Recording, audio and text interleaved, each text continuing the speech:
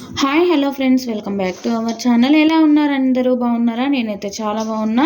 ఈరోజు వీడియోలో ఏంటంటే ఇది ఒక స్పెషల్ వీడియో అండి. మాకైతే ఇష్టమైన రెసిపీ అన్నట్టు. ఇది రెసిపీ అంటే ఏం లేదు, చిక్కుడుకాయలను అయితే ఉడకబెట్టేసుకొని తింటున్నాం ఈరోజు.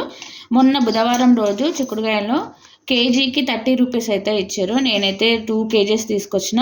2 kgsలో కొంచెము ఇట్లా ముదిరిపోయినవి ఉంటాయి కదా, కొంచెం అయితే తీసి పక్కన పెట్టేసి ఒలుసుకున్నా. అవి చిక్కుడుకాయ కూర కోసం వాడుకుంటా. ఇంకా కొంచెం ముదిరినవి అయితే ఇంకా తీసేసి వీటిని ఇవాళైతే ఉడకబెట్టుకుంటున్నా. ఫస్ట్ దీన్ని ఏం చేస్తా అంటే, ఇది చూడండి, ఇట్లాంటి ఏమైనా పాడైనవి కానీ పుచ్చులు కానీ ఏమన్నా ఉంటే తీసేసుకోవాలి. తీసేసుకొని, ఎందుకంటే ఉడికిన తర్వాత పుచ్చులు అంత మంచిగా ఉండేవి కదా, మనం అట్లనే తినేస్తాం కాబట్టి పుచ్చులు ఏమన్నా ఉంటే ఎత్తుక్కొని తీసి పక్కన వారేసుకొని తర్వాత వీటిని అయితే ఫస్ట్ కడుగుతున్నా. అయితే మంచిగా కడుక్కోవాలి, ఎందుకంటే వీటిపైన ఏమన్నా దుమ్ము అది ఇది ఉంటుంది కదా, అందుకే వీటిని ఒకసారి కడుక్కొని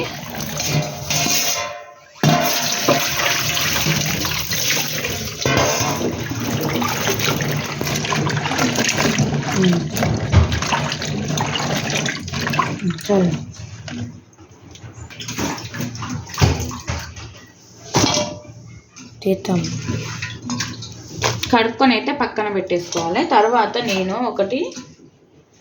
మనము చిక్కుడుకాయలు కానీ కందికాయలు కానీ ఎండ్ల పడితే అందులో ఉడకబెట్టుకోవద్దు. ఇట్లా ఉంటే అల్యూమినియం దాంట్లో ఉడకబెడితే ఏమైందంటే ఇదంతా నల్లగా అయిపోతుంది. అందుకే నేనేం చేస్తా అంటే ఇడ్లీ పాత్ర ఉంటుంది కదా, ఇడ్లీ పాత్రలను అయితే వేసుకొని అయితే ఉడకబెడతా.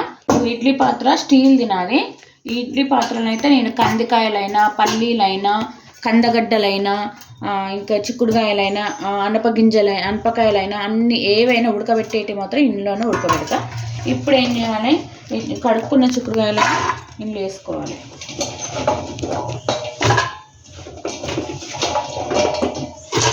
కూర కోసము ఒక 2 times అవుతాయి. 2 కిలోలు తీసుకొచ్చిన 2 సార్లు కూరకైతే ఒకసారి మాత్రం ఉడకబెట్టుకోవడానికి అవుతాయి. ఇప్పుడు ఇందులో ఏం చేయాలని చూపిస్తా. ఫస్ట్ అవి ఉడకబెట్టే ముందు దాంట్లోకి పచ్చిమిర్చిని అయితే దంచుకోవాలి. నేనైతే ఇన్ని మిరపకాయలు, ఇవి కొంచెం కారం లేవు, ఈ మిరపకాయలను అయితే ఇప్పుడు ఈ రోట్లో అయితే దంచుకుంటా. ఫస్ట్ అయితే రోడ్లను మంచిగా కడుక్కోవాలి.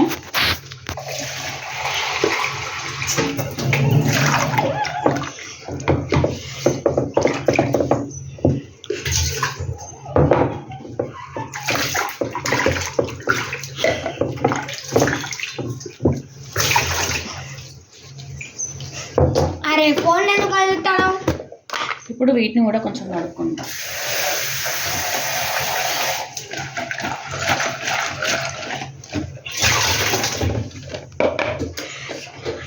ఉన్నాయి కదా, ఇంకా ఉప్పు ఇద్దాను.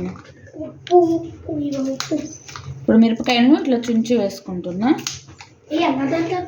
అవును, వేస్తాను.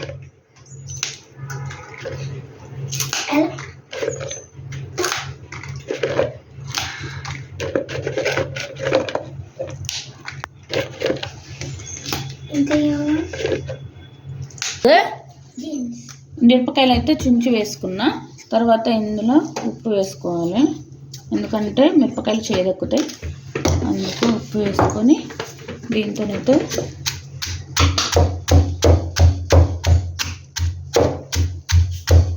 మిరపకాయలను అయితే ఈ విధంగా కచ్చాపచ్చగా అయితే దంచుకోవాలి. ఇప్పుడు ఏం చేయాలంటే ఈ పెట్టుకున్న చిక్కుడుకాయలు ఉన్నాయి కదా,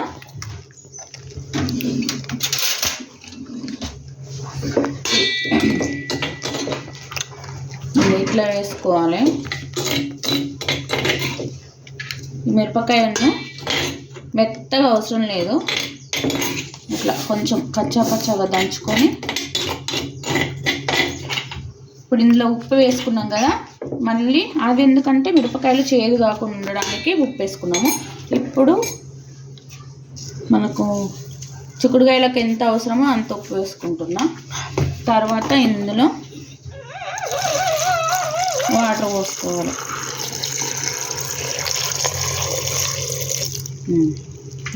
ఎక్కువ అవసరం లేదు, ఒకసారి ఇట్లా వేసి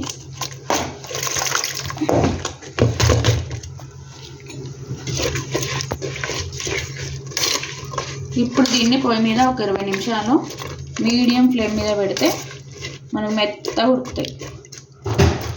నేను ఉడికిన తర్వాత చూపిస్తాను. ఒక 5 నిమిషాలు పెద్ద మంట పెట్టుకొని మళ్ళీ ఒక 15 నిమిషాలు చిన్న మంట అంటే మీడియం ఫ్లేమ్లో పెట్టుకొని ఉడకబెట్టుకున్న తర్వాత చూపిస్తాం.